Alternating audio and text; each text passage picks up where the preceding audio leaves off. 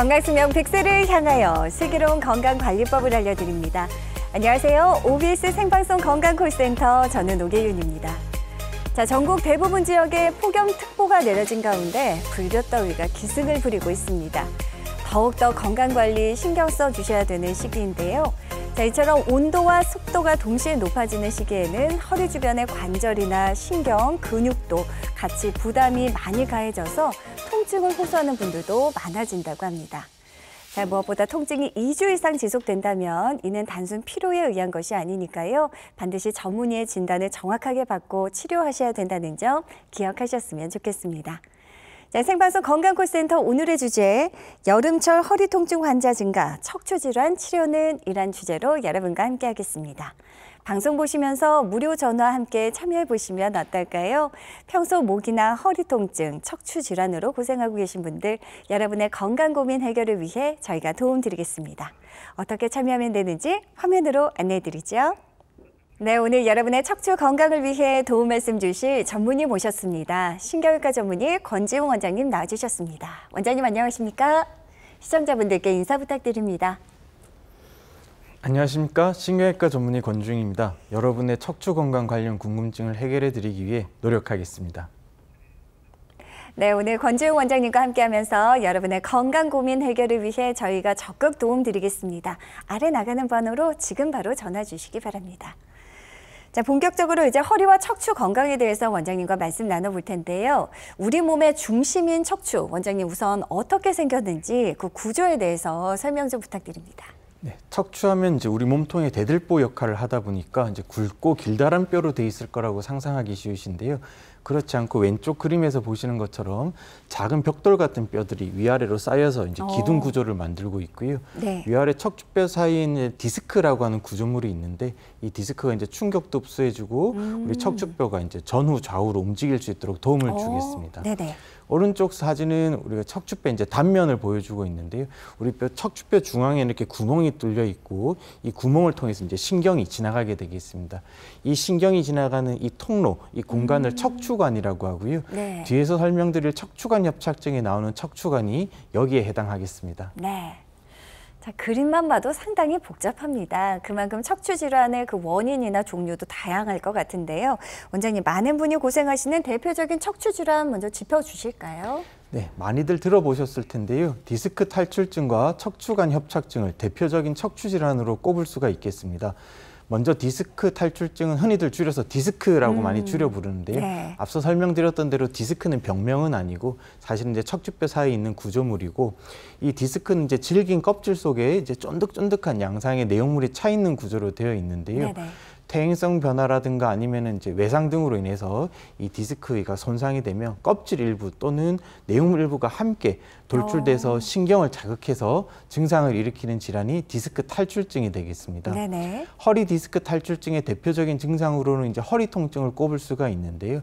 이 허리 통증이 기침이나 재채기를 할 때 좀 악화되는 양상을 보이기도 하고 허리 통증이 엉덩이 다리로 타고 내려가거나 이제 다리 저림 같은 방사통이 이제 동반되는 경우도 있습니다. 네. 허리가 많이 아픈 건 아닌데 이제 허리가 무겁고 불편한 느낌도 허리 디스크가 좋지 않을 때 나타날 수 있는 증상이 되겠습니다. 네네.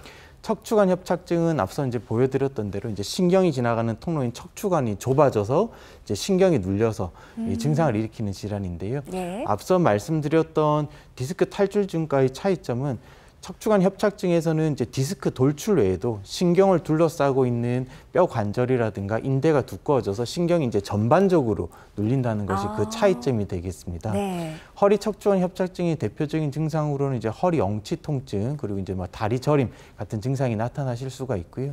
특징적으로 이제 오래 걷지 못하고 이제 조금만 가다가 쉬다가 이렇게 가셔야 되는데 그때 이제 허리를 꾸부정하게 벽을 쥐고 꾸부정하게 한다거나 이런 자세에서 좀 편해지시는 것을 느끼실 네네. 수가 있습니다.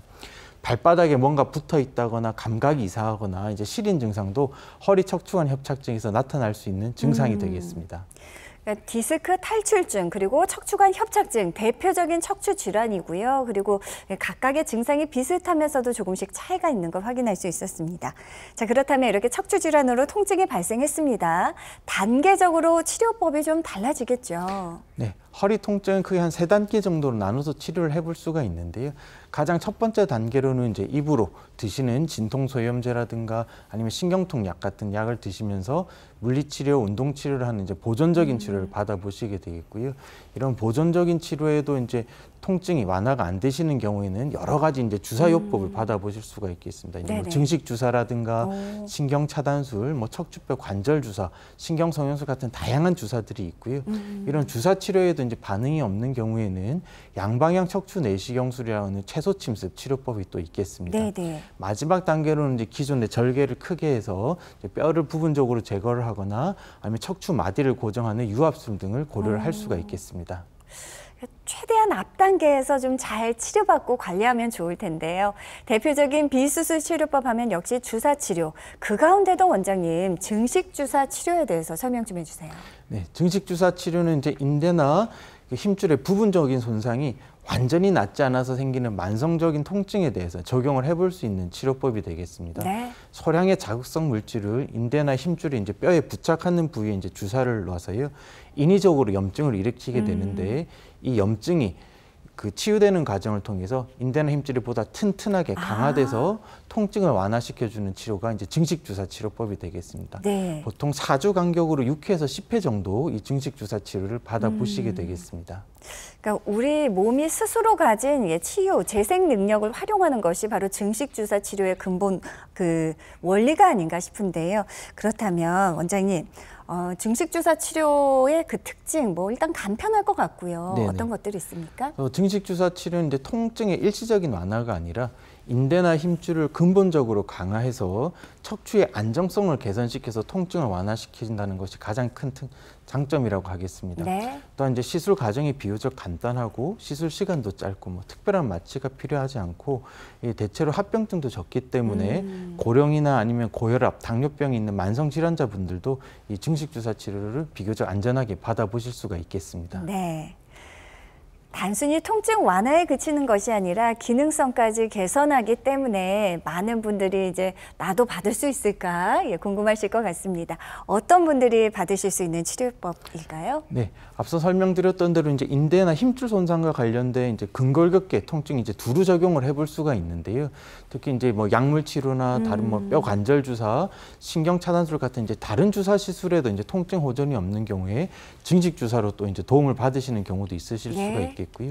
뭐 수술하지 않고 이제 만성적인 통증을 해결하고자 하는 경우에도 증식 주사 치료가 이제 도움을 주실 수도 있겠습니다. 또한 네네. 이제 척추 쪽으로 이제 수술 한번 하셨는데 이제 통증이 재발하셨을 때 이 통증의 원인이나 이제 척추 상태에 따라서도 증식 주사로도 이제 통증 완화가 되시는 경우가 있겠습니다.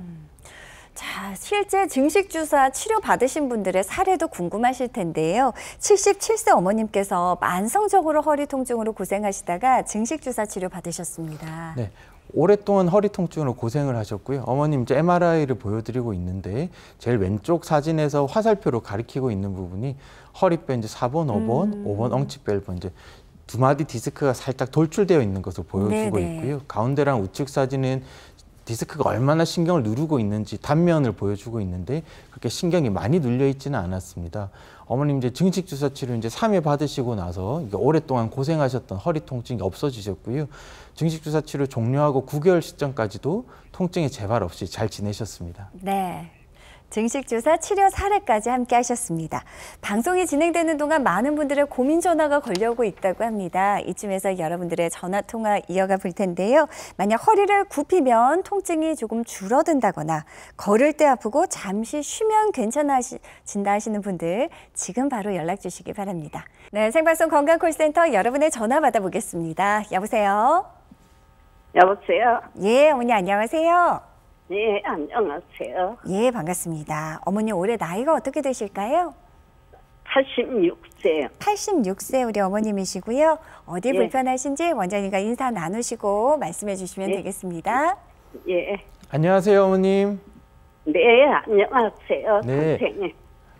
어머니 어디가 불편하신지 말씀해 주시면 됩니다. 예, 허리가 무지 아파요. 네. 그래서 많이 구부러졌어요. 네. 걸음 걷기도 힘들어요. 아유, 그러세요. 허리가 굽어서 걷기가 힘드셔요? 아니면 어머님 허리나 아니면 걸을 때 다리가 저리거나 땡기거나 그러시나요? 아니, 그런 건 없어요. 그런 건 없으시고. 없는데, 네. 예.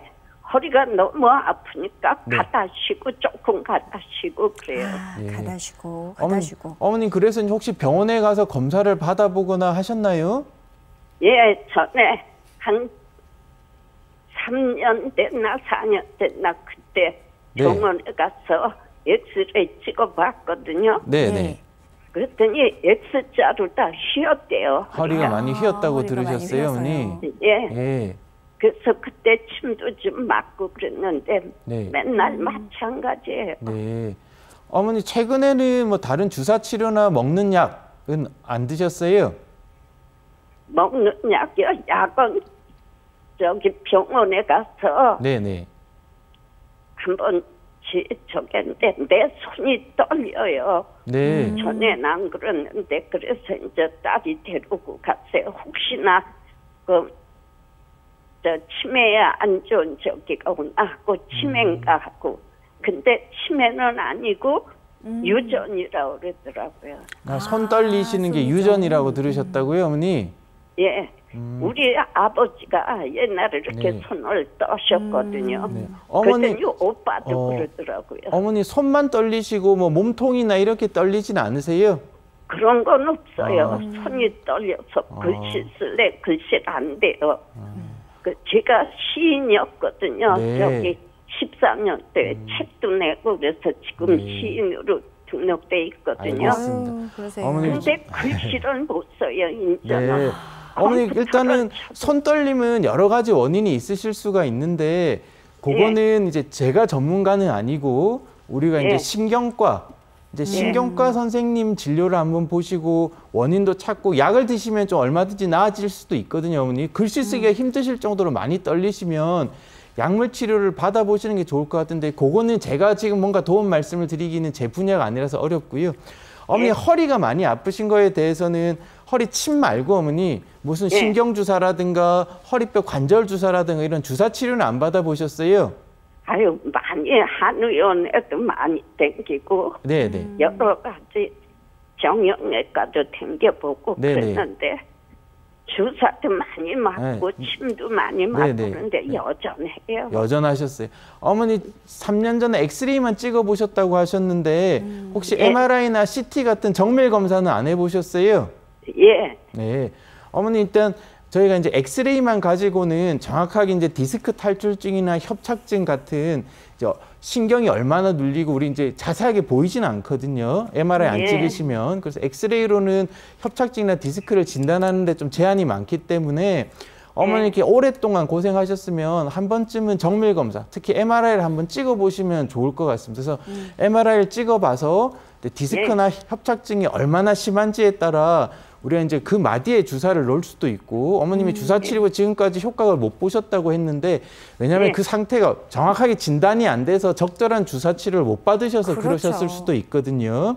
그러니까 꼭 한번 MRI를 찍어 보시고 치료를 다시 주사 치료부터 단계적으로 좀 받아보시면 지금보다는 좀 훨씬 편하게 지내실 수 있을 것 같습니다. 네. 우선 정확한 진단이 나와야 하고요. 그에 맞는 적절한 치료를 받는 것이 그 다음 순서가 아닌가 합니다. 어머니 주변 분들 도움 받으셔서 꼭 정밀 검사, MRI 촬영 먼저 해보시길 부탁드리겠습니다.